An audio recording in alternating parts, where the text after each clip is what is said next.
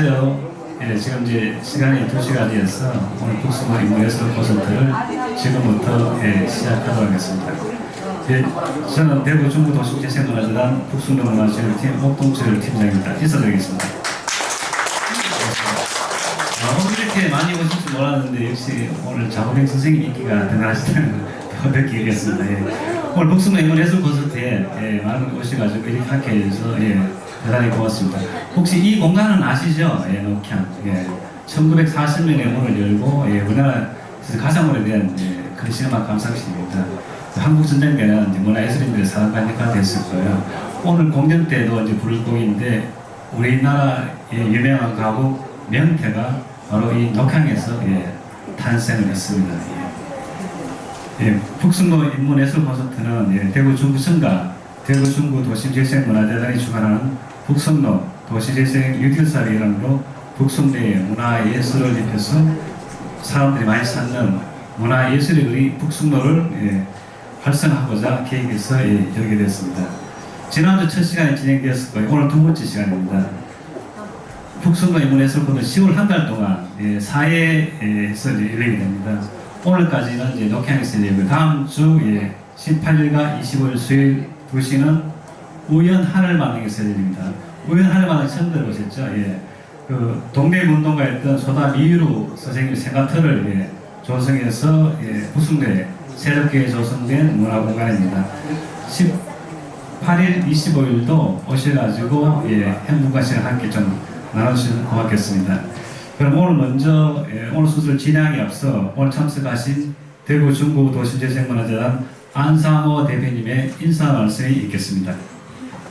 박수를 모시겠습니다.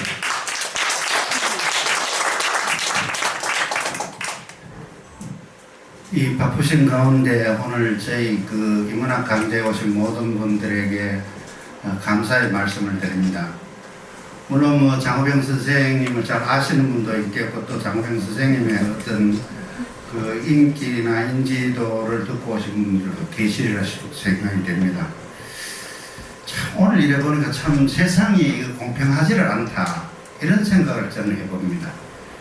장호병 선생님 같으신 분은 문학을 하면 누구나 그 하고 싶은 벼슬인 그 한국 부의사장님, 인문학계 부의사장님을 지금 하고 계시고 또 시를 또 누구보다도 많이 잘 쓰시고 수필을 누구보다도 또 잘 쓰시고 또 가만히 보면은 인물도 저보다 낫습니다. 이런 걸 볼 때 진짜 세상이 공평하지 않다는 것을 오늘 다시 한번 느끼게 됩니다. 아마 그 100년 전 정도에 그 프리드리히 니체가 신이 죽었다는 말이 여기서 해당되지 않나 이렇게 생각합니다. 사실 장호병 선생님 같으신 분은 그 아폴론과 디오니소스의 신을 두 개를 합쳐서 결혼시킨 듯한 그런 인품과 지혜와 참 많은 인문학적 소양을 가지시는 분이다. 여러분 오늘 진짜 이 깊어가는 가을에 만산 홍역 호호탕탕 될 수 있도록 오늘 이 자리가 뜻깊은 자리가 됐으면 좋겠다는 생각을 같이 해봅니다. 여러분 고맙습니다. 중부 도시재생문화재단 안상호 대표님의 인사 말씀드렸습니다. 오늘 순서에 대해서 잠깐 말씀을 드리겠습니다.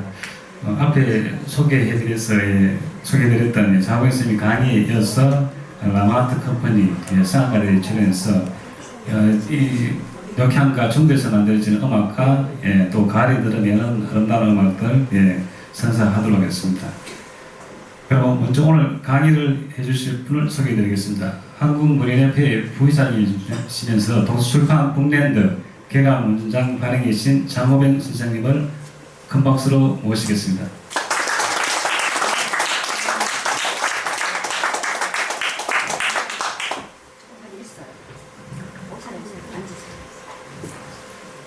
네, 선생님들 반갑습니다. 이 좋은 날씨에 여러분들 자리 함께 하도록 해서 한편으로 매우 송구스럽습니다.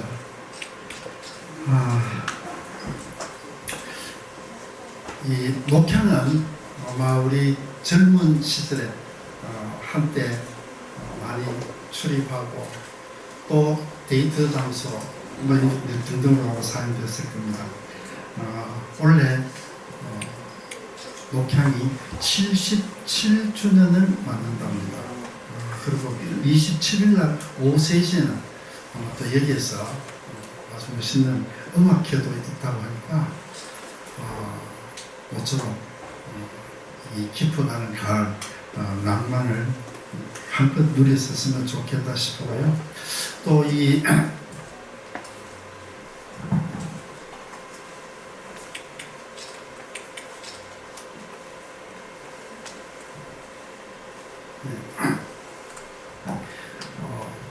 녹향은 그 77년의 연륜과 함께 한국 전쟁 이럴 때는 서울이라든지 또 기타 많은 도시에서 문화예술인들이 여기에 와서 담론을 나눴던 것입니다. 그리고 좀 후에 발표를 할 겁니다만 명태라는 정말 글자의 시와 그 다음에 곡으로 탄생한 그 명태가 탄생했는 곳이 바로 이 녹향이라는 공간입니다.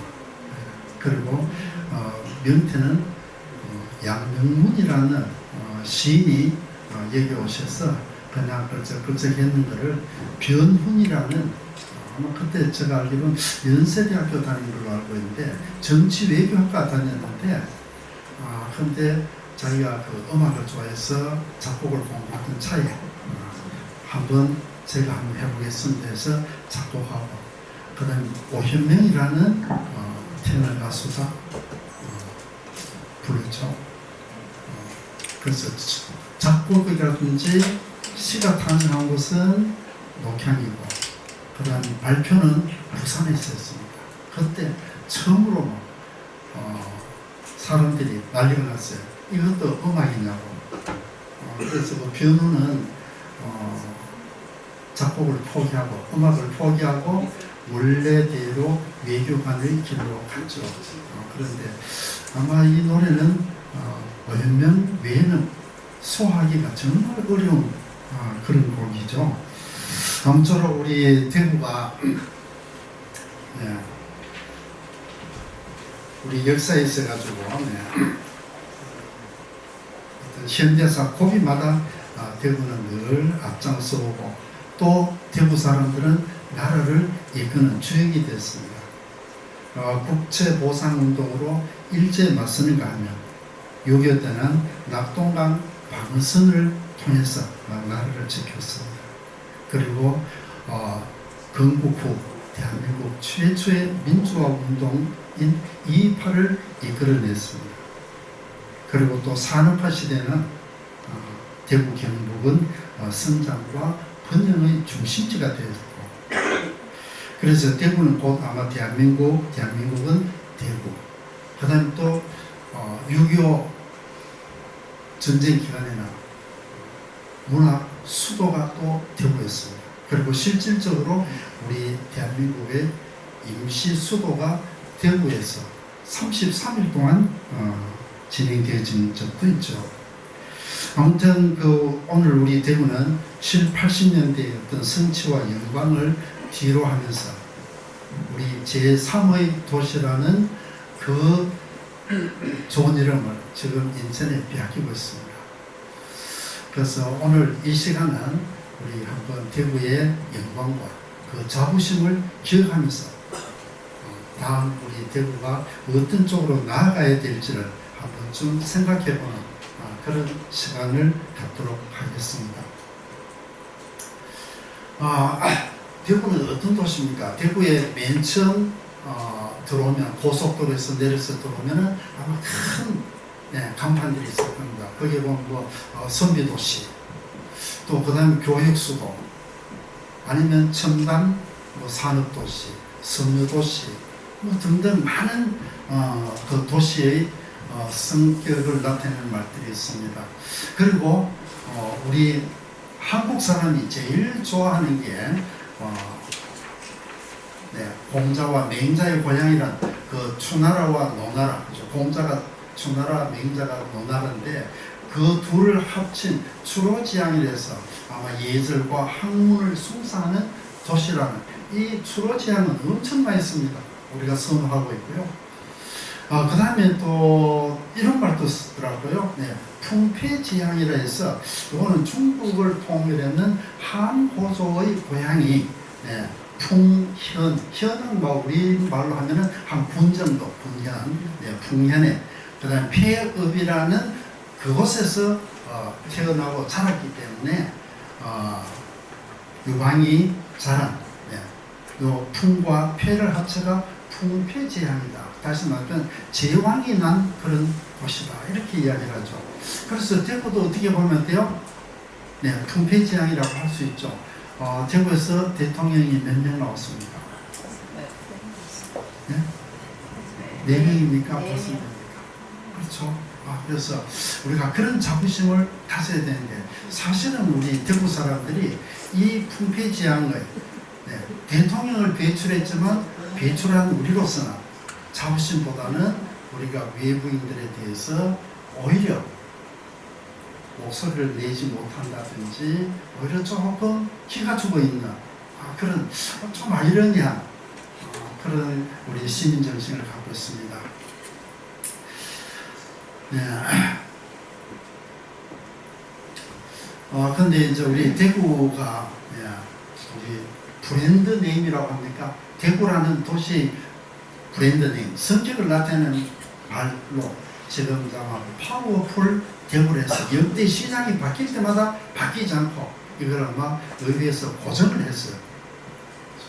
그래서 이거 보니까 우리 대구가 중요하게 생각하고 있는 것이 국제보상운동, 그 다음에 우리나라 최초의 민주화 운동인 2.28 학생운동, 이 정신을 계승해서 그리고 대한민국 근대화의 심장이라는 자긍심을 우리가 가진다는 것, 그리고 그걸 바탕으로 해서 시정에 있어서 강력한 리더십 그리고 추진력을 위해서 우리 다시 제3의 도시, 그 다음에 어쩌면 지금 군이 공항이 들어서면서 대구가 현재 굉장히 땅의 크기로 보면 한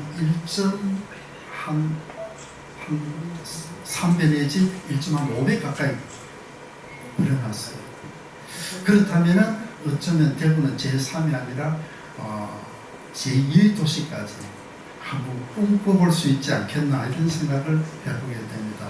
그래서 아마 이 파워풀 대구라는 브랜드 네임을 우리가 선호하고 또 우리가 그렇게 나아가도록 해야 할 것입니다. 자, 그럼 이제 우리 대구의 정신, 이 정신을 한 몇 가지 제가 관점으로 한번 살펴보고자 합니다. 대구 문화에 씨 뿌린 그런 사람들이 되겠습니다. 네, 여러분들 왼쪽에서 혹시 아시겠어요? 네, 빙하 현지인가. 일장기 사건 기억하실 겁니다. 그 다음에 호월 이장이 봉헌 고향입니다. 네, 상화, 그 다음에 이육사도 대구에서 장진홍과 함께 조선은행 대구지점 폭파 사건을 모의하고 있습니다. 그 다음 모구 백기만, 그 다음 이분들이 아마 해방 전으로 요까지 해방 전에 광복 전에 돌아가셨어요. 그리고 빙하와 상어는 둘도 없는 친구이면서 한날 같은 날 상어는 대구에서 빙하는 서울에서 작고를 했어. 아마 손잡고 저 세상으로 가지 않았나 이런 생각을 해보게 됩니다. 그리고 이분들이 어쩌면 우리에게 잊혀졌을지도 모르는데 이분들을 현창하고 이끌어내신, 우리 사회를 이끌어내신 분이 모구 백기만입니다. 그래서 모구 백기만은 대구 행진곡을 작사하시고 현재 두류공문 인물동산에 모구 백기만의 시비가 있습니다. 자, 그럼 이 모구 백기만은 67년도 작곡하셨죠. 그 다음에 그 위에 한 10여 년 띠동갑 때는 서구 이윤수가 죽순이라는 시인 부락부를 창립했죠. 그래서 이 서구가 이외에 있던 분들의 현장 사업을, 그 중에서도 특히 상어에 대한 현장 사업을 서구 이윤수 선생이 도맡아했습니다. 그 다음에 이분들을 또 적극적으로 도와주신 분이 구상입니다. 구상은 사실은 대구하고 어쩌면 굉장히 큰 인연이기도 하고, 출생으로 보면 대구와는 무관합니다. 자, 근데 이 구상은 자기 형님이 신부고, 그 다음에 영남일보 주필을 하면서 효성여대 교수 생활을 하면서, 그 다음에 또 6.25 기간 동안에는 문총 부국대에서 문인들과 군인들하고 연기하는 작업을 이분이 하셨고요. 그 다음에 부산은 부인이 외관에서 순심의원이라는 병원을 했습니다. 그러니까 부인도 돈 잘 벌고 자기는 투잡이고, 그러다 보니까 서울에서 내려오신 모든 피난민들이 부산을 중심으로 해서 모여들게 됐어요. 그리고 그 모여드는 데는 서구 이윤수의 축순이 한 몫을 했습니다.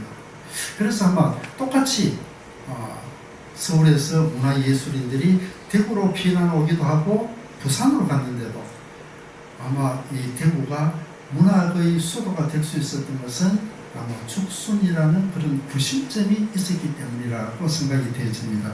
여러분들이 위에 3층, 4층에 가시면은 우리 대구 문학의 상징인 바로 죽순 모양을 만들어 놨습니다. 자, 그 다음 우리 대구에서 우리가 잊지 않아야 될 정말 자부심 느끼는 분이죠. 서상돈입니다. 서상돈과 국제보상입니다.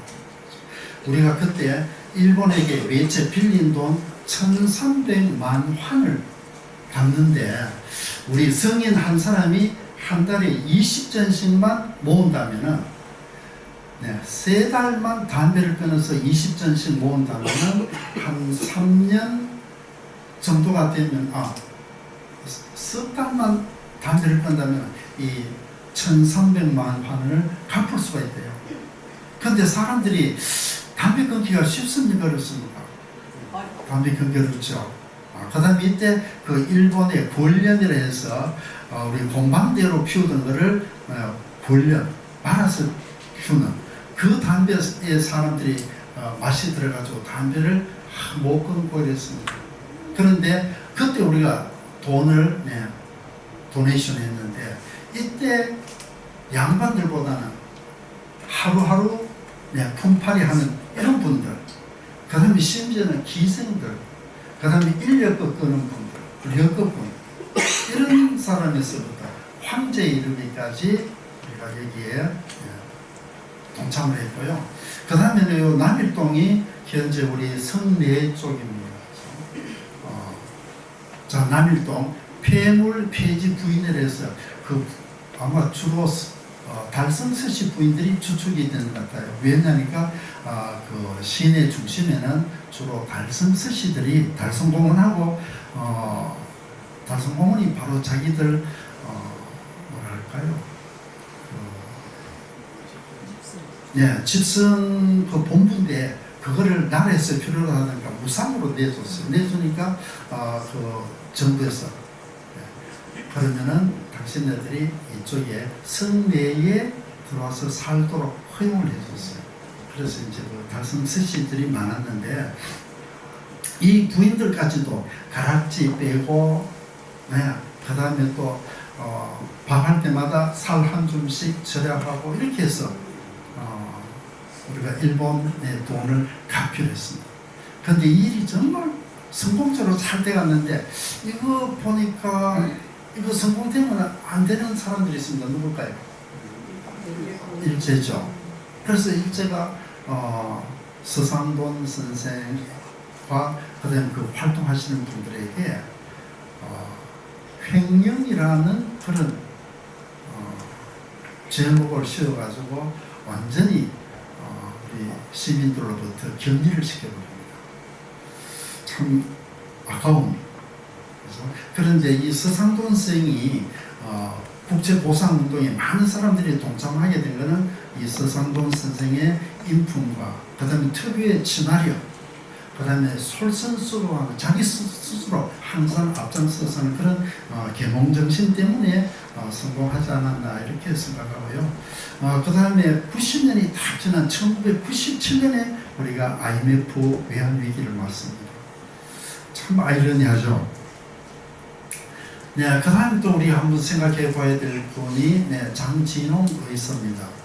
이분은 1916년에 조선 보병대라는, 요즘 말하면은 아마 징집돼서 제대하고 난 뒤에 광복단에 가입을 하고, 그 다음에 자기 아버지의 땅을 팔아가지고 아마 그 전국으로 장사꾼인 것처럼 하면서 돌아다니면서 일제 만행을 전부 낱낱이 조사하고 기록했어요. 그래서 그 기록을 아마 그 인천에 상륙한 미군 장교에게 전달을 해가지고 세계 만방에 폭로를 하는 그런 작업을 했고요. 그 다음에 육사원은 1925년에 만나서 비밀 결사를 하고, 그 다음에 우리 조선은행 대구지점 폭파 사건을 주도했습니다. 그리고 늘 이제 도망 잘 다니다가 몇 년이죠? 29년에 드디어 체포가 되고, 그 다음에 30년 7월 21일 사형이 확정됐습니다. 그런데 한 달 뒤에 7월 31일, 8월 1일 아마 그 사형을 집행하기로 했는데, 그 정보를 안 장진홍 의사는 일제 손에 죽겠느니 차라리 내 손으로 내 목숨을 이루게 돼서 옥중 자결을 합니다. 그건 절개가 어떻습니까? 정말 추상 같죠. 그 다음에 이제 우리가 문화적으로 좀 접근할 수 있는 부분입니다. 아까 이야기했는 서구 이윤수 선생이 주축으로 된 죽순이 주축이 되고, 그 다음에 서울에서 내려온 피라몬 문인들을 중심으로 해서 문총 부국대라 해서 종군 작가들을 편성합니다. 그리고 그때 만든 책이 작품집이 전선시첩입니다. 혹시 이 전선시첩을 알고 싶은 분은요, 지금 대구문학관에 이거 한 번도 없습니다. 근데 서부도서관 향토문학관에 가면 이 책이 한 3권 정도 있어요. 그래서 내가 중간에 그 3권 있으니까 한 번은 대구문학관 주고, 대구문학관에 있는 거 뭐 다른 거 하나 가져가도록 해갖고 주선을 한번 해봤는데, 이 공직 사회는 굉장히 뭐랄까요, 경직되어 있더라고요. 이건 이제 재물이기 때문에 함부로 이동도 못하고 폐기도 못하고 그래서 현재 그 상태대로 있는데, 요전에 그 대부분들이 전선문제라고 해서 할 때 제가 조선에서 이 책을 빌려줬어요. 그 다음에 요거 종군 작가단, 종군 증명서, 신분증이죠. 서구 이윤수입니다. 그 다음에 이 종군 작가들이, 여러분들 아마 군인들 옆에 현장에 보니까 옆에 부대 마크 달죠.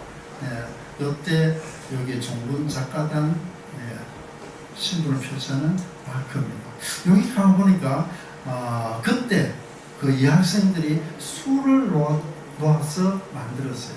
인사 그 시설이 없었습니다. 그래서 우리가 아마 이 대구의 시민들이 고등학생부터 일반 시민들까지 모두 한 마음으로 나라를 위해서 나섰다는 걸 알 수 있습니다. 그 다음에 그 전쟁 기간 동안에 1951년 우리 북성로 여기에 모나비 다방에서 한솔 이효상 시집 출판 기념회를 했었죠. 그래서 그때 이 출판 기념회는 전부 축순이 도맡아서 했습니다. 여기 가운데 이분이 공초오상순이고요. 조지훈이고. 그 다음에 여기 부상이 있죠. 이제 우리 대구의 문인들에게 상당히 많습니다. 네.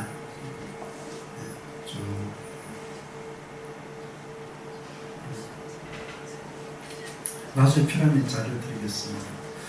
그래서 이 대구가 문학 수도가 될 수 있었는 것은 뭐 때문이냐니까 죽순이라는 어떤 구심점이 있었습니다.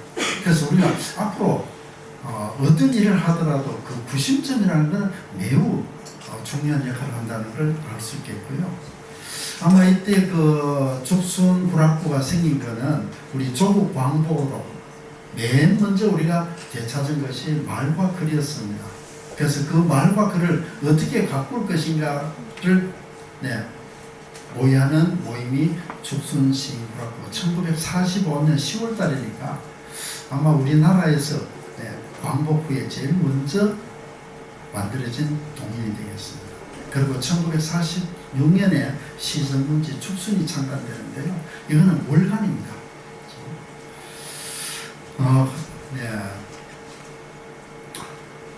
그 다음에 이제 또 중요한 게 우리 죽순을 중심으로 해서 6.25 전쟁 기간 중에 상고예술학원이라고 생깁니다. 이 상고예술학원은 뭐냐니까 상화와 고을에 한자씩 따가지고 아마 서랍을 예대하고 비슷한 시기입니다. 그런데 우리 대구는 참 아쉽게도 전쟁으로 인해서 6.25로 인해서 어떻게 보면 문화예술적으로는 상당히 혜택을 봤어요. 왜냐하니까 서울에 유수한 예술인들이 대구를 거쳐가고 그 다음에 또 대구에 왔는 이 문화예술인들이 잠을 자고 숙식할 수 있는 것을 제공하고 안내해 준 사람들이 또 대구 사람들이에요. 그래서 거기 아마 주 역할을 했던 분이 아까 서구 이윤수라는 죽순 시인불악부 회원들이었어요. 그래서 이 대구가 참으로 아이러니하게도 제일 혜택을 많이 보고 그 다음에 또 전쟁이 끝나고 나니까 그때 상고예술학원에서 공부하시던 분들이 또 강의하시던 분들이 다 서울로 가버렸어요. 한 2년 정도만 돼 있으면 아마 대구에 예술대학이 하나 생길 거로 했는데 좀 이런 면에서는 좀 아쉽죠. 그래서 이게 우리 대구 문학관에 대구 문학을 상징하는 조형물인데 죽순입니다. 그래서 어쩌면은 우리 대구가 윤수와 죽순을 중심으로 그래서 전시 문화를 형성하고 가장 많은 혜택을 누린다고 볼 수 있고 그 다음에 모구가 펴낸 책이 상화와 고을이라는 두 사람의 작품을 엮었습니다. 그리고 여기에 1950년이니까 전쟁 기간 중이죠. 그래서 여기에 상화와 고을에 상고 따라서 상고예술학원을 설립을 했죠. 그 다음에 여기에 이제 그 모구 백기만은요, 조금은 야성향입니다. 약간 진보랄까요? 그래서 우리 그때 대구가 대한민국의 모스크바라고 해서 좌익운동이 제일 활발했던 곳이 대구입니다. 그리고 문단도 역시 그 협회라는 것은 주로 우리가 민주계열, 우익계열이고 그 다음에 동맹이라는 이름이 붙는 것은 예술단체 중에 동맹은 주로 좌익계열입니다. 그래서 대구도 이 좌익계열이 굉장히 판을 치고 있었는데 뭐 제가 나중에 알고 보니까 이게 모구 백기만 선생님도 그렇게 큰 일을 많이 하시는데 이분 성격이 굉장히 유순한 분인데 어떻게 해가지고 그 동맹의 대구 지역 부위원장을 맡았더라고요. 그러다 보니까 자기는 주류 사회에 잘 끼울 수 있는 기회가 없어졌죠. 그래서 대구의 문인들이 모여가지고 대구 문인협회랄까요? 대구 지부를 만들 때 그때 천마가 통념군인데 천마가 회장을 맡고 이분은 빌려서 그래서 계속 이제 대구 문화 계보가 보면은 그 양쪽 계보로 갈라집니다. 갈라지고 이분이 그 문학상을 못 받고 그래서 시 올려도 잘 안 되고 그래서 그 시민들이 이윤수와 뭐 이런 분들이 모구 백기문화를 위해서 전시회를 준비하고 그 전시회 마지막 날 그에게 시민문학상을 줬죠. 그러니까 관제 문학상이 아니고 우리로 말하면 우리끼리 모여가지고 모구 백기문화에게 시민문학상을 주고 그때 우리 대구의 성악가 유명하죠. 권태호가 네 개의 추억을 불러서 좀 눈물 바다를 만들게 되는 그런 아름다운 우정이 있는 그런 대구 문단이었습니다. 그 다음에 여기에 상고예술학원 해가지고 아까 상호하고 했죠. 상고예술학원 설립 취지문이 여기에 발표됐어요. 이거는 지금 이 유물은 딱 한 부분입니다. 작고하신 윤장근 스님이 갖고 있었던 거예요. 그 다음에 그 설립 취지문에 이어서 발기인 명부입니다. 90몇 명인데 여기에 대구의 문화예술계 인사들이 다 여기 들어가 있고 그 다음에 서울에서 내려오신 분들 그런 분들 전부 다 들어있죠. 자, 그 다음에 이제 우리 대구의 몽양 최석채스님 여기에 건국공무원이라는 1946년 해방된 광복 때 1946년 대구에서 나오는 건국공무원이라는 잡지가 있었습니다. 그 잡지에 편집 부장을 했고요. 그리고 한때 이분은 이제 성주, 문경, 영주 경찰서장을 역임하다가 6.25 전쟁 기간 중에 개헌, 개헌파동부 쪽 자유당 시대에 그 개헌파동을 듣고 이거 못하겠다 해서 경찰을 사직을 하고 1955년에 매일신문 주필로 취임을 합니다. 그리고 그때 그 학도를 도구로 이용하지 말아 하는 그 사설을 쓰고 이 사설 때문에 신문사가 백주의 퇴를 당해서 모래더미 가서 윤정기에 뿌려버리는 그런 일이 있었죠. 그리고 30일 동안 옥고를 치렀습니다. 그 다음에 조선일보 논설위원으로 가서는 60년대에 우리 아마 삼선 개헌 뭐 등등 이건 그 앞이네요. 군사 혁명이 일어날 것 같아. 뭐 이런 쪽으로 분위기가 사회 분위기가 올라가니까 이분이 우리 헌법을 수호하는 구국운동 외에 다른 방법이 없다. 헌법을 수호해야 된다. 이런 취지의 사설을 썼죠. 그러면서 아마 일부 군인들의 탈선 행동에 경고한다 하는 그런 사설을 썼습니다. 우리가 꼭 알아두셔야 될 분이 요 몽양 최석채스님. 지금 매일신문에 가면 아마 이분 흉상이 그 일정에 있을 거예요. 그 다음에 그 1960년 이때죠. 왜 학생들을 도구로 쓰지 말라 했냐니까 그때 민주당 부통령 후보 장면이 매우 인기가 있었어요. 그래서 일요일 날 수성천변에서 선거 유세를 하니까 학생들이 갈 것 같아가지고 못 가게 일요일 날 시험 친다 하면서 등교를 강제했어요. 그래서 그때 아마 경북고, 대구, 사대, 부고 학생들이 항의하고 한 1200명이 시위에 참여해서 120여 명이 경찰에 체포됐습니다. 그리고 그 학생들이 성명문이랄까요? 백만 학도역 피가 있거든 우리의 신성한 권리를 위해 서심지 말고 일어서라 하는 결의문을 작성인데요. 결의문 작성한 사람이 그때 경고 학생인 하승일이라는 사람인데 우리 대구문학관 관장을 맡고 있는 하충호 선생님 형님입니다. 네, 나중에 알려졌어요. 훨씬 나중에. 그래서 우리 대구 228 학생 민주의가 이건 굉장한 일입니다. 그래서 아마 5.18보다 훨씬 그래서 대구 사람들은 자기를 드러내는 일에 어쩌면 소홀한지도 모르겠습니다. 우리나라에서 최초의 민주화 운동인데 왜 이걸 우리가 그냥 넘어갔을까?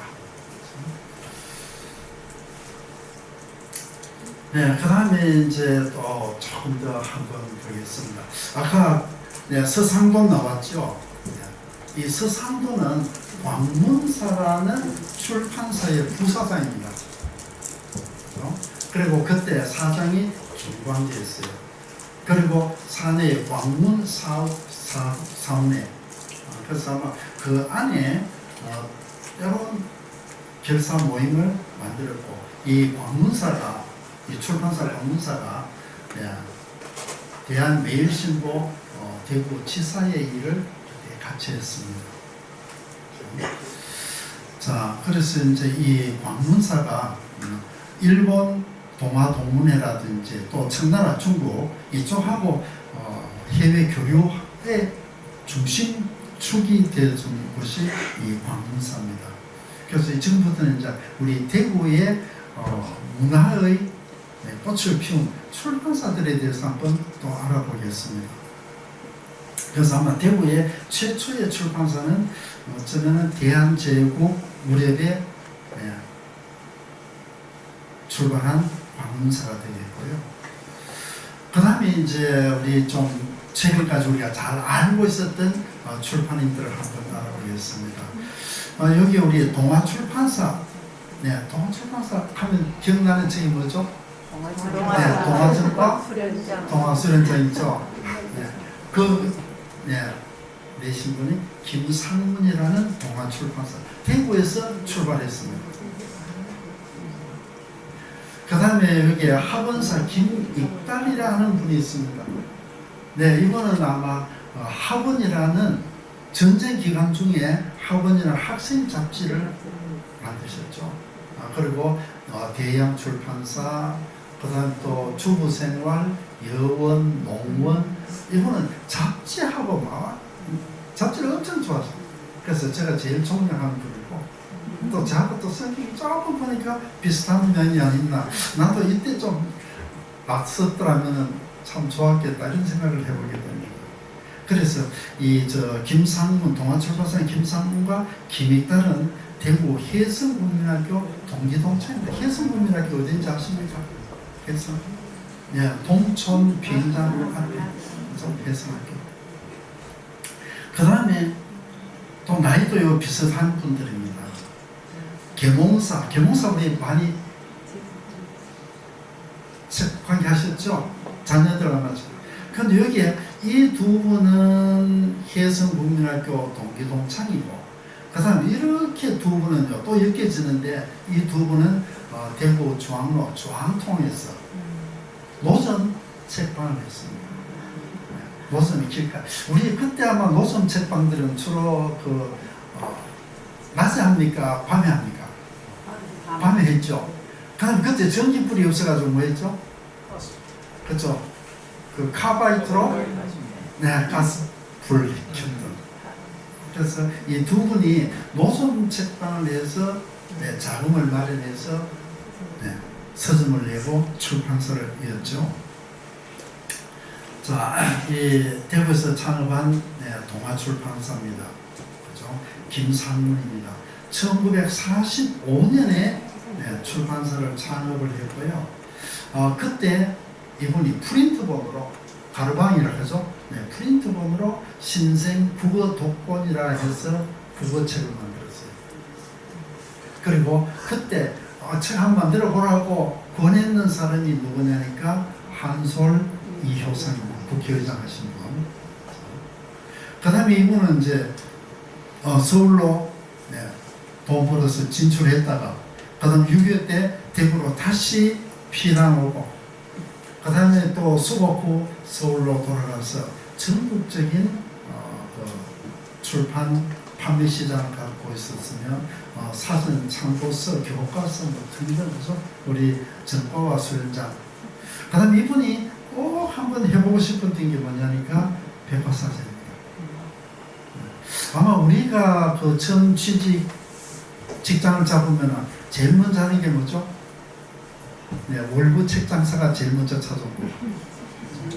근데 그때 그 월부 책 중에 브리테니카 백과사전이라는.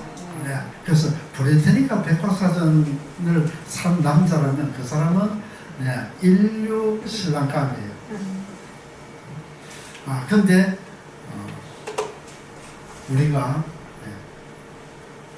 백과사전을 만드는 게 꿈이었어요. 그렇죠? 그리고 보관 문장 등등 해가지고 나중에 제 친구들도 90년대에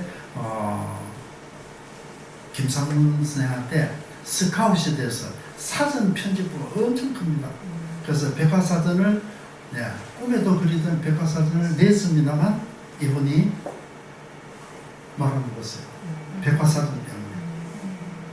왜냐니까 1990년대, 2000년대 들어오면서 컴퓨터화 되고 모든 게 어때요? 그 백과사전 우리 30몇 권짜리 어떻게 집에 둡니까? CD 한 장이면 한 번씩 다 넣는데. 그래서 아주 참 아쉽죠. 그래서 자기가 그 동아출판사 세계적인 규모의 출판사인데 이거를 두산그룹에 매각을 합니다. 매각하고 각서를 씁니다. 나는 5년 동안 출판 일은 하지 않겠다. 그리고 나중에 이제 자기가 상문 출판사라는 출판사를 내고 그다음 자기 자서전 쓰는 게 빈손으로 와서 빈손으로 간다. 100살 자신 있다 하고 그랬죠. 그래서 이분이 건강에 대해서 100살 자신 있다고 이야기했으니까 매일 아침 4, 5km 속보로 걷고 그 다음에 일본 어떤 사람의 이야기를 들으니까 자기 오줌을 받아먹는 게 좋다 해가지고 그래서 이분이 자기 오줌을 받아먹습니다. 매일 아침 일어나서 이렇게 그 야심만만하게 해서 아마 97세인가 뭐 이렇게 사셨을 거예요. 자, 그 다음에 아까 그 이분이 김상문 씨가 동아출판사에서 백과사전에 더 열을 냈던 건 뭐냐니까 자기하고 비슷한 시기에 친구인 김익달이 여기에 백과사전을 1958년에 냈어요. 그렇게 그랬대요. 친구 간에 제일 경쟁이 심하죠. 남이 뭐 하는 거는 좀 건너볼 수 있는데 친구 간에. 그래서 아마 그 더 매달렸던 것 같고요. 그 다음에 이분은, 그렇죠. 그 다음에 이분이 돈을 번 게 뭐냐니까, 아까 그 노점 책방을 하는데, 이분이 프린트본으로 걸작 유행 가요집 해가지고, 이 유행 가요 가사집, 프린트본으로 냈는데, 거기에 사파를 넣었어요. 다른 사람이 생각하지 못했던. 그래서 그게 히트를 했고요. 그 다음에 아마 시조백사라든지 중등학교 참고서 등등. 그 다음에 학원, 그리고 학원 참관해서 30년 동안 내고요. 그 다음에 학원 장학회 설립하고. 그래서 여원, 뭐 여하튼 잡지 등등을 만드는데 아주 뛰어난 컨텐츠 기획가입니다. 조금 이따 다시 한번 제가 김익달 선생을 하도 좋아해서 김익달 선생을 하나 더 만들었습니다. 카드 한 장 더 만들었어요. 자, 그래서 김익달은 잡지를 그렇게 많이 했대죠. 그래서 컨텐츠 기획자입니다.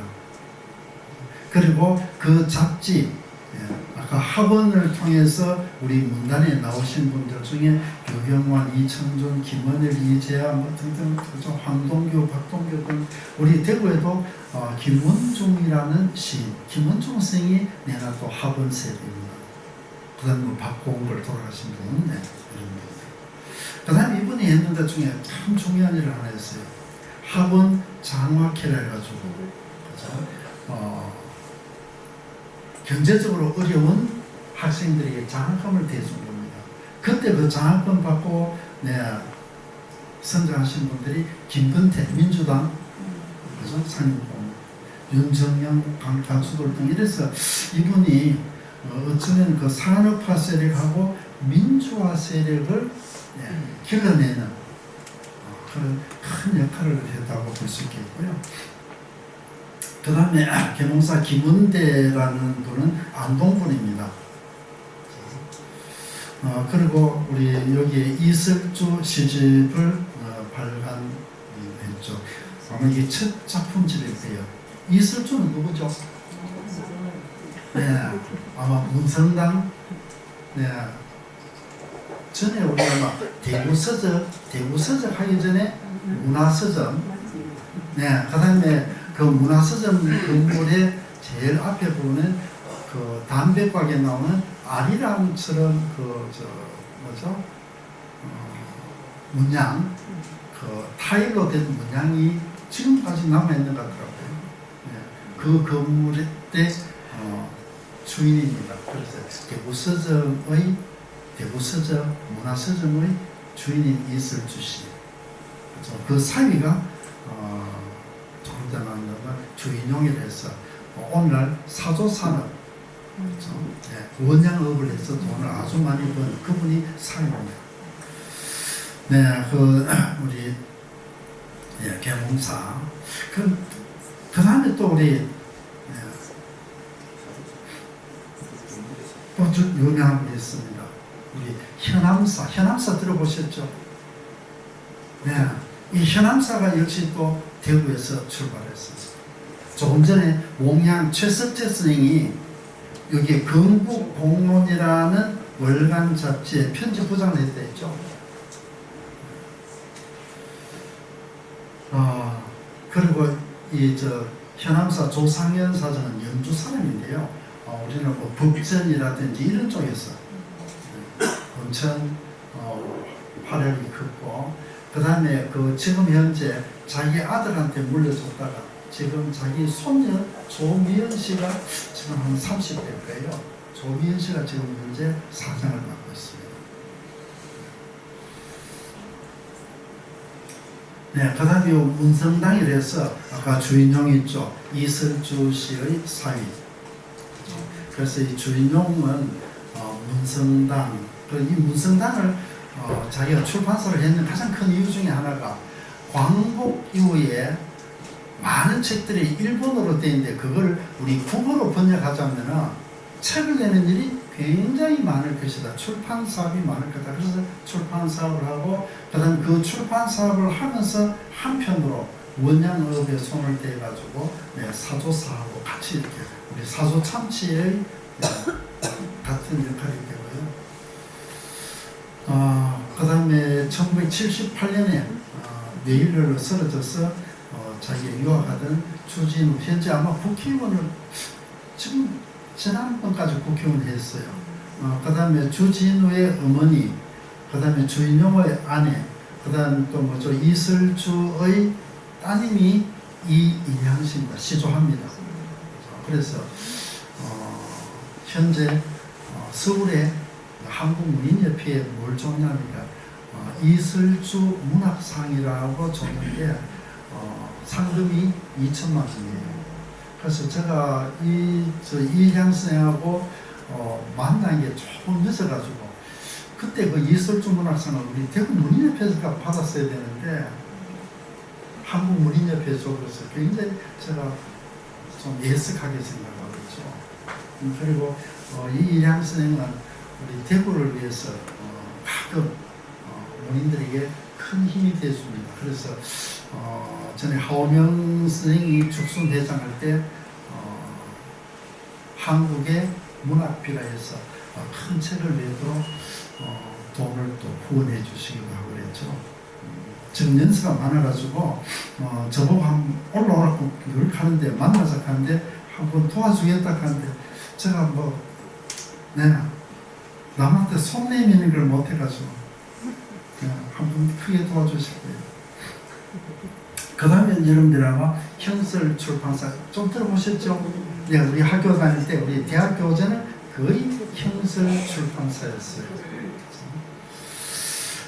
그 외에도 또 대구에서 잡지가 1946년에 4월, 5월, 6월 이렇게 나옵니다. 그 5월 달에 나오는 게 죽순, 월간지고요. 그 다음에 4월 달에 아동, 그 다음 6월 달에 어린이라는 그 잡지가 월간지 3개가 대구에서 처음 나왔어요. 그 다음에 1952년인가 전쟁 기간입니다. 영덕분인데 최혜운이라는 시인이 아주 천재 시인이에요. 이분이 대구에서 예술집단이라는 잡지를 자기 1인이 시, 소설 뭐 등등 해가지고 원고 모아서 잡지를 냈습니다. 그래서 대구는 굉장히 출판의 도시로서 자부심을 가져도 좋고요. 그 다음에 그 최혜우는 우리나라 뭐 별들의 고향 하면 기억나는 작가 있습니까? 소설가? 네, 최인호를 발굴한 분이에요. 그래서 최인호가 조선일보에 연재를 했죠. 연재인데 별들의 고향을 단행본으로 내주고 또 계속 소설 작품 활동할 수 있도록 도와주고요. 그 다음에 이거 최혜운의 여동생은 대구에서 최혜숙이라고 서양 화가입니다. 그래서 이 대구 사람들이 우리 스스로 드러내는 걸 안 해서 그런데 그 다음에 이 형설 출판사도 결국은 뭐죠? 대구에서 출발해서 아주 전국적으로 대학 교재를 했는데 나중에 서울로 올라갔어요. 그래서 이게 이제 우리가 서울로 가는 게 길을 터줘야 될 건지 한번 좀 또 생각을 해봐야 될 것 같고요. 그래서 대구에서 출발했던 출판사들을 한번 제가 모아봤어요. 앞에 학원사, 동아출판사, 계몽사 외에 대구에서 여러분들이 교학사 들어봤죠? 네, 교학사. 그 다음에 문성당, 그 다음에 한문사도 들어보셨죠? 네, 대학 교재. 그 다음에 금성출판사, 네, 삼성출판사 다 대구에서. 그 다음에 청구출판사 들어보셨어요? 네, 그 다음에 배영출판사는 들어봤습니까?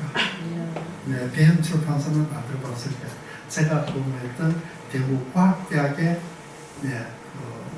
재단입니다.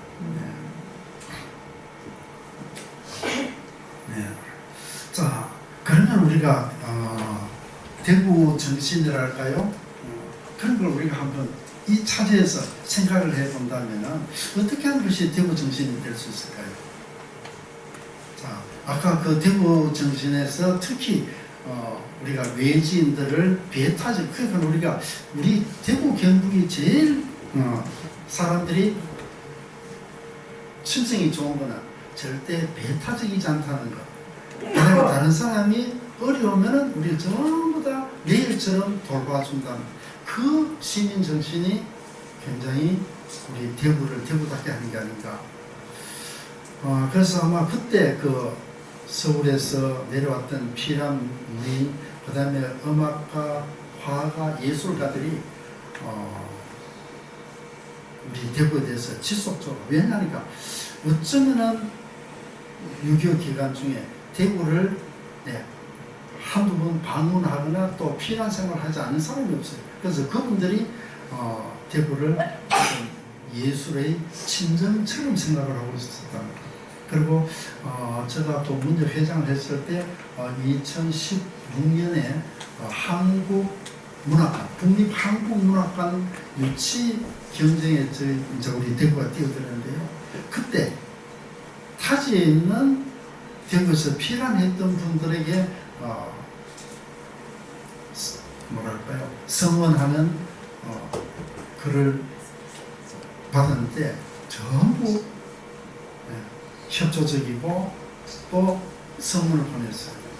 그래서 이걸 본다면 우리 선배들이 얼마나 잘 살았는가, 그리고 앞으로 그런 걸 우리가 기반으로 해서 앞으로 대구가 나아갈 방향도 잡는다면 좋겠다 싶어요. 그래서 이제 조금 아쉬운 부분은 우리 대구 사람들이 너무 뒤로 빠지는데 빠지지 말고 우리를 스스로 드러내고 그다음 우리를 좀 보여주는 그 일을 우리 대구 사람들이 좀 해야 되고 그다음 우리가 대구를 위해서 함께 한번 힘을 모아야 되겠다 그런 생각을 해보게 됩니다. 그래서 이 공간이 참으로 우리한테 아주 큰 공간, 저 우리가 80홀이라든지 저런 것보다 저는 이런 공간이 동네마다 좀 마을마다 있으면 좋겠어요. 그래서 특히 이 공간은 그 개인 공간이 아니고 대구 중구청 도심재생문화재단이 전체적으로 후원하고 관리하고 있습니다. 그러니까 여러분들이 여기에서 언제든지 출판 기념회도 될 거고 음악회도 될 거고 등등 이런 소규모 문화 예술 활동을 펼칠 수 있지 않겠나 이렇게 생각이 되어지고요. 그 다음에 이쪽에 보면 어떻습니까? 스피커들이 정말 멋있죠. 네, 그래서 여기는 아마 그 이창수 선생이 참 자기가 그다음 여기에 레코더가 쭉 많이 모아놓으셨어요. 다 자기가 우리가 먹고 살기 힘들 때 모아놓은 거예요. 오늘 같은 우리가 뭐 돈 한 묶음 딱 되면 이거 충분히 할 수 있는데 그때는 묶음 돈이 안 되기 때문에 그걸 조금씩 모아서 이렇게 했다는 거. 그리고 저는 여기에 그 외지인들이 오면 꼭 여기하고 이쪽에 진골목하고 제가 모시고 가거든요. 그래서 여러분들도 이곳이 여러분들의 어떤 대구를 또 내가 살고 있는 곳을 드러내면서 또 자부심을 느낄 수 있는 그런 공간이 되었으면 좋겠습니다. 네, 제가 너무 두서없이 또 그렇게 조직적이고 체계적이지 못하게 이야기했는데도 불구하고 선생님들이 우호적으로 잘 들어주셔서 고맙습니다. 네, 고맙습니다.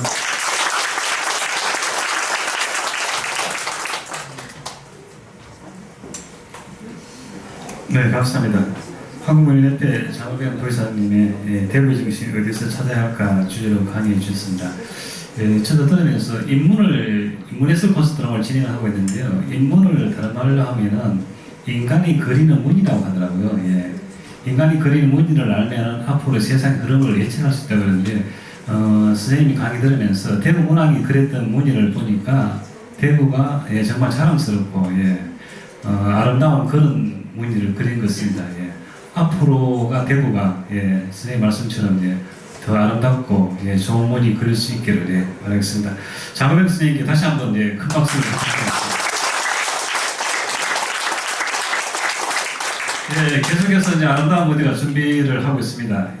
잠시 후에 라마트 컴퍼니의 무대가 계속 이어지도록 하겠습니다. 곧 무대를 선사하도록 하겠습니다. 잠시만 기다려 주십시오. 네, 그럼 지금부터 라마트 컴퍼니의 준비한 무대를 선사하도록 하겠습니다. 큰 박수를 맞이하겠습니다.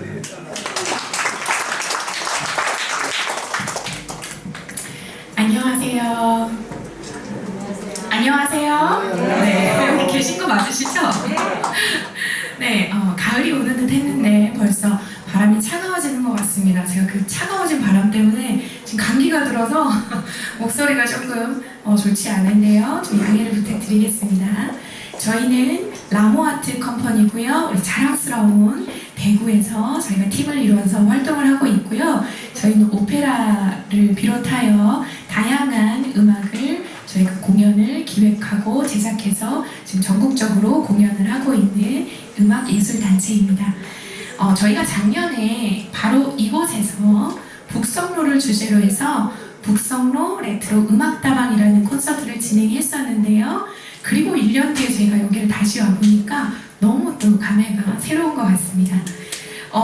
오늘 저희가 준비한 곡들은요, 아까 장호병 선생님께서 강의해 주셨던 그 내용에 나왔던 인물들이 아주 많이 나옵니다. 한번 들어보시면 생각을 한번 해보시면 좋겠어요. 오빠 생각, 오뚜기, 가을밤, 골목길, 맴맴. 자, 이 곡들은 이미 우리나라 초중고 우리 교과서에 많이 실려 있는 곡들이지요. 자, 이 작품들의 공통점은요, 바로 우리 대구 출신의 박태준 작곡가님의 곡입니다. 이 박태준 작곡가님의 곡이요, 우리나라의 대표되는 동요의 초성이 되면서 유명한 한국 가곡으로 발전하게 됩니다. 자, 그렇다면 우리 이쯤에서 우리 박태준 작곡가님의 곡을 한번 들어보실 텐데요. 눈을 감고 감상하시면 어릴 때 그 향수를 조금이나마 느껴보실 수 있으실 것 같습니다. 자, 테너 석정혁, 소프라노 이주희의 목소리로 한번 듣고 오겠습니다.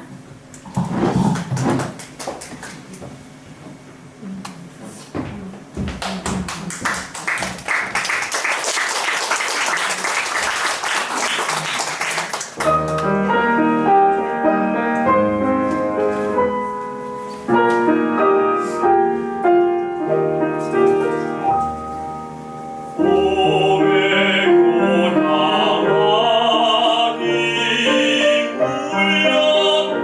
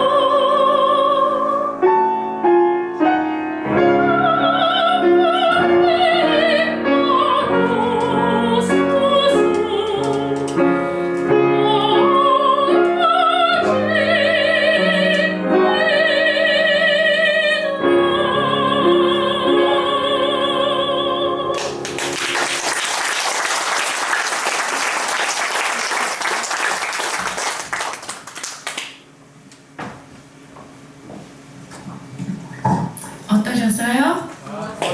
너무 좋으셨죠? 옛날에 저도 어릴 때 이 노래를 굉장히 흥얼흥얼거리면서 오랫동안 불렀던 기억이 나는데요. 이렇게 또 성악가 선생님들의 목소리로 들으니까 또 약간 색다른 느낌이 있는 것 같습니다. 자, 이번에는 시 한 편 제가 낭독해 볼 텐데요. 이 시는 수성못에도 시비가 있을 정도로 대구를 대표하는 시인이자 유명한 작품입니다. 제가 일부만 발췌해서 읽어드릴게요. 빼앗긴들에도 봄은 오는가. 이상화. 지금은 남의 땅.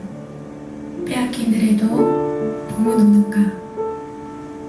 나는 온몸의 햇살을 받고 푸른 하늘 푸른 들이 맞붙은 곳으로 가르마 같은 눈길을 따라 꿈속을 가듯 걸어만 간다. 하늘을 담은 입술을 담은 하늘아 내 맘에는 내 혼자 온 것 같지를 않구나.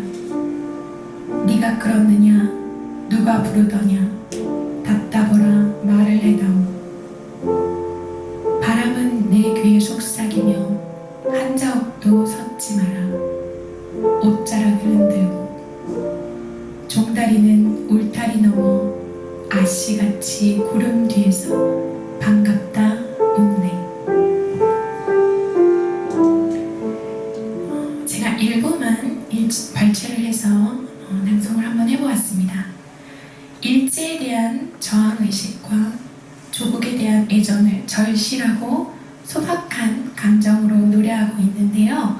이 시는 우리 이상화 시인이 25살 때 지어진 시라고 합니다. 자, 일제시대에 암담한 상황에서 만들어진 또 하나의 가슴 아픈 시가 있습니다. 바로 윤동주의 별 해는 밤이라는 시가 있지요. 아마 많이들 아실 텐데요. 일제치하에 유랑하듯 떠도는 한국인의 회한을 대변하고 있는 시가 아닐까 싶습니다. 산에서 겪는 극한 고독과 어머니를 향한 그리움이 묻어나는 가슴이 먹먹해지는 시가 아닐까 생각이 됩니다. 이 시는요, 굉장히 많은 편곡으로 많은 작곡가의 손을 거쳐서 여러 가지 곡들이 있는데요. 오늘 저희가 들려드릴 곡은요, 조범진 작곡가의 곡으로 잠시 뒤에 한번 같이 들어보도록 하겠습니다. 자, 별에는 밤에 이어 들으실 곡은요, 아주 가사가 재미있는 곡입니다. 제목부터 아주 신선한 이 곡은 양명문 시인의 시에 작곡가 변훈이 곡을 붙였는데요. 아까 선생님께서 설명을 잠깐 하셨던 것 같아요. 바로 이곳 녹향과 아주 인연이 깊지요. 아까 들으셨는데 혹시 이 곡의 제목을 아시는 분이 계실까요? 네? 네! 정답입니다. 자, 우리 녹향 입구 문에도 보면 일부 이렇게 적혀 있는데요. 이따가 나가시면서 한번 보시는 것도 좋을 것 같아요. 작곡가 변훈이 6.25 전쟁으로 인해서 대구로 피난을 오면서 이곳 이제 녹향 음악 감상실을 드나들게 되는데요. 그때 당시에 이 녹향은 문인들의 아지트였다고 해도 과언이 아닐 정도로 굉장히 유명한 곳이었다고 합니다. 작곡가 변훈은 이 장소에서 화가 이중섭, 소설가 최정희 등과 함께 다니던 시인 양명문에게서 명태를 받아서 작곡했다고 합니다. 아주 해학적인 구성을 가지고 있고요. 밝고 유머가 넘치는 한국의 리얼리즘 가곡이라는 평을 받기도 합니다. 자, 그러면 이쯤에서 두 곡을 바리톤 임봉석의 목소리로 한번 들어보겠습니다. 많은 박수 부탁드립니다.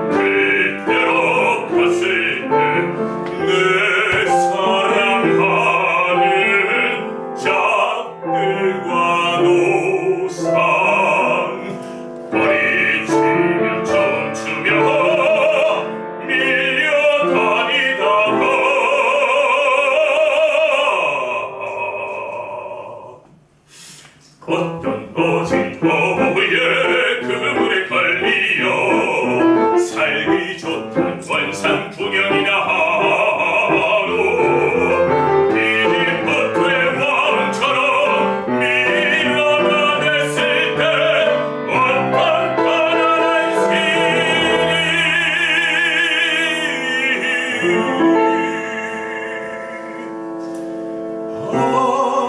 늦게 시를 쓰다가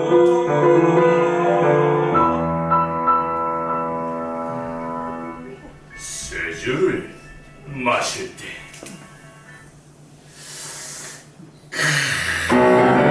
그의 한주가 되어 듯한 그의 시가 되어 듯한 쫙쫙 찢어지려 내 몸은 없어질지라도 내 이름만 남아 있으리라.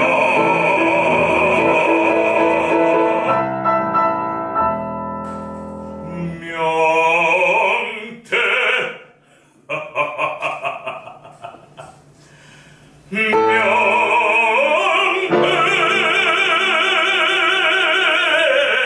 명태라고 이 세상에 남아 있으리라.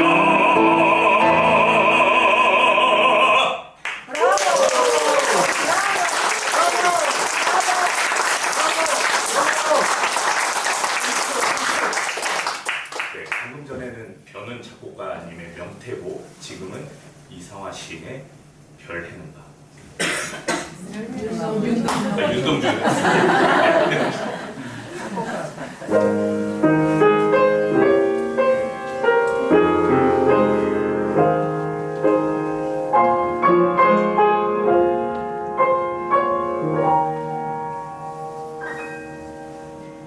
계절이 지나간 하늘에 가을로 가득 차 있습니다. 나는 아무 걱정도 없이 가을 속의 별들을 아래일 듯합니다. 가슴 속에 하나둘 새겨진며 이제 다 못해는 것은 시리 아침이 오는 까닭이요 청춘이 가지 않는 까닭입니다. 별 하나의 사랑과 별 하나의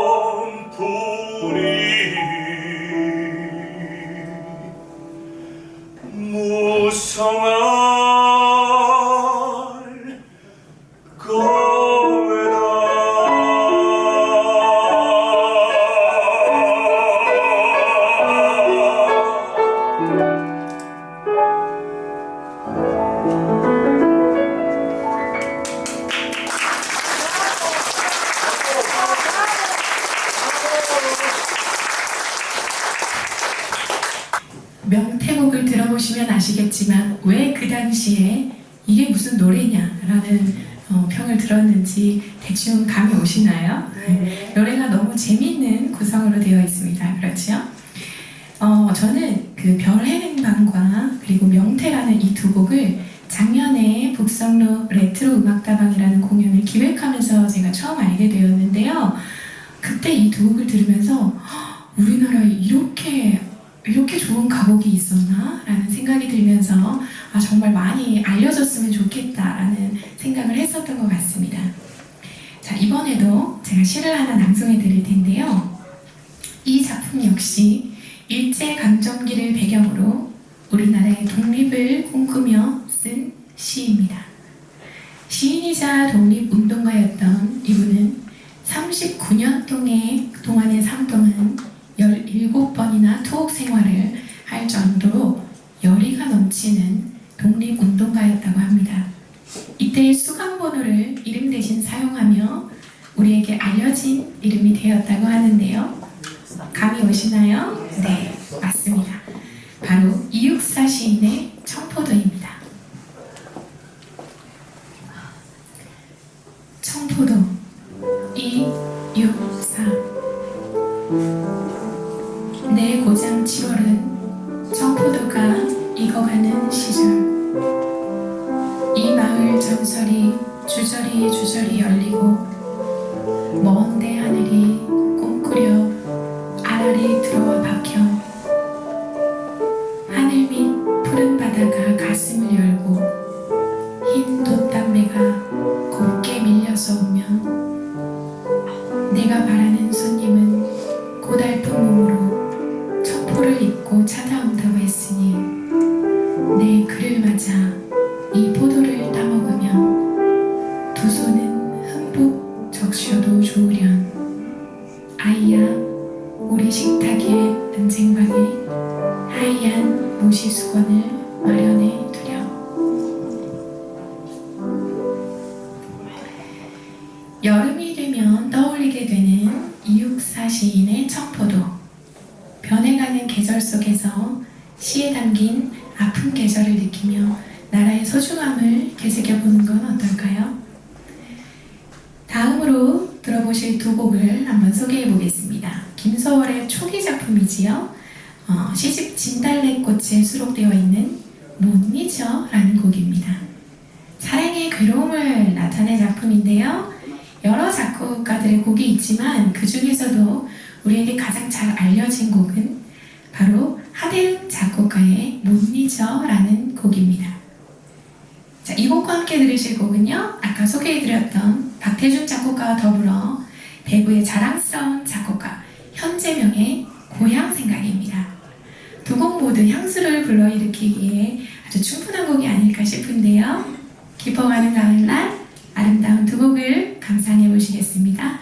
소프라노 이주희, 테너 석정엽의 목소리로 듣겠습니다.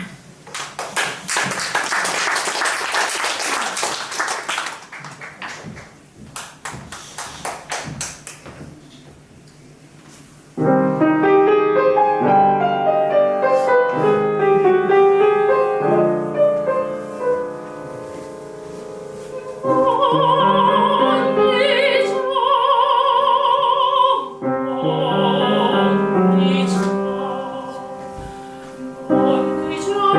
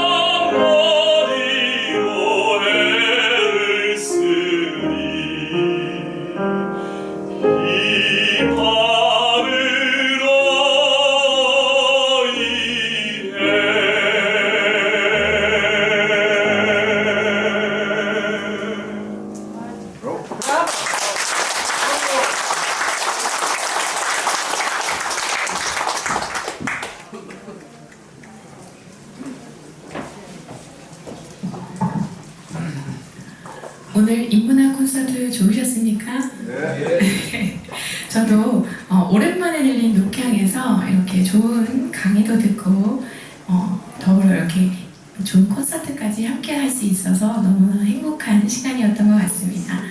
저희가 벌써 마지막 곡인데요. 마지막 곡은 우리나라에서 애국가 다음으로 많이 불리고 있는 곡입니다. 사계절이 뚜렷하고 계절마다 색색이 아름다움을 뽐내며 개발도상국에서 첨단 IT 강국으로 빠른 성장 속도로 전 세계를 장악하고 있는 자랑스러운 우리 대한민국을 아름답게 표현한 곡입니다. 마지막으로 아름다운 나라 듣고 오늘 콘서트 마무리하겠습니다. 저는 지금까지 해설의 곽현정이었습니다. 감사합니다.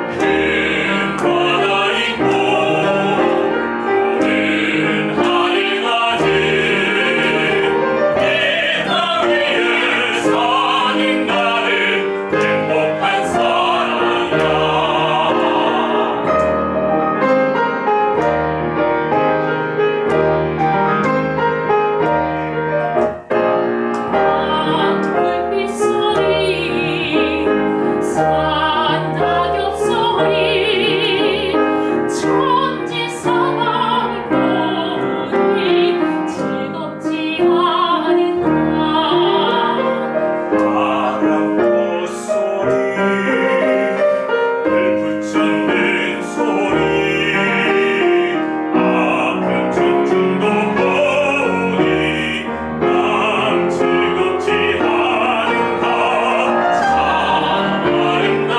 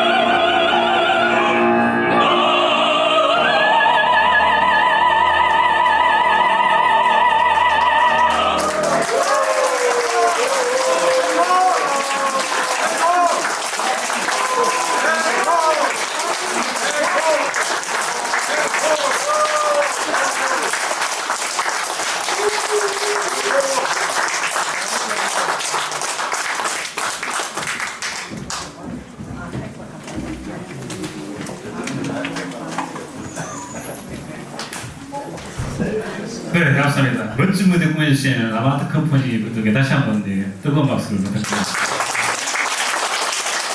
네, 행복했습니까? 네. 계속해서 이어집니다. 다음 주에도 10월 18일과 10월 25일에도 복숭도 인문 예술 콘서트는 계속해서 열리니까요. 많은 참석 좀 부탁드리겠습니다. 다음 18일하고 25일은 우연 하늘마다 각병원에 있는 그쪽입니다. 새롭게 조성된 한옥을 예쁘게 꾸민 공간이니까요. 와서 구경도 하시고, 그런 또 음악회가 있습니다. 음악회도 있고, 오시고 사진 찍기도 참 고운 그런 한옥이니까요. 많이 오셔가지고, 좋은 시간 보내시면 좋겠습니다. 앞에 나가시다 보면은, 우연 하늘마다 프로그램하고 약도가 그린 전단지가 있으니까요. 보시고 참고하시면 되겠습니다. 다시 한번 오늘 좋은 강의 해주신 한국무인협회 장호영 부이사장님과 라마트 컴퍼니 분들께 다시 한번 감사 인사드리고요. 그럼 두 번째 오늘 북성도 인문예술 콘서트 여기서 마치도록 하겠습니다. 네, 고맙습니다.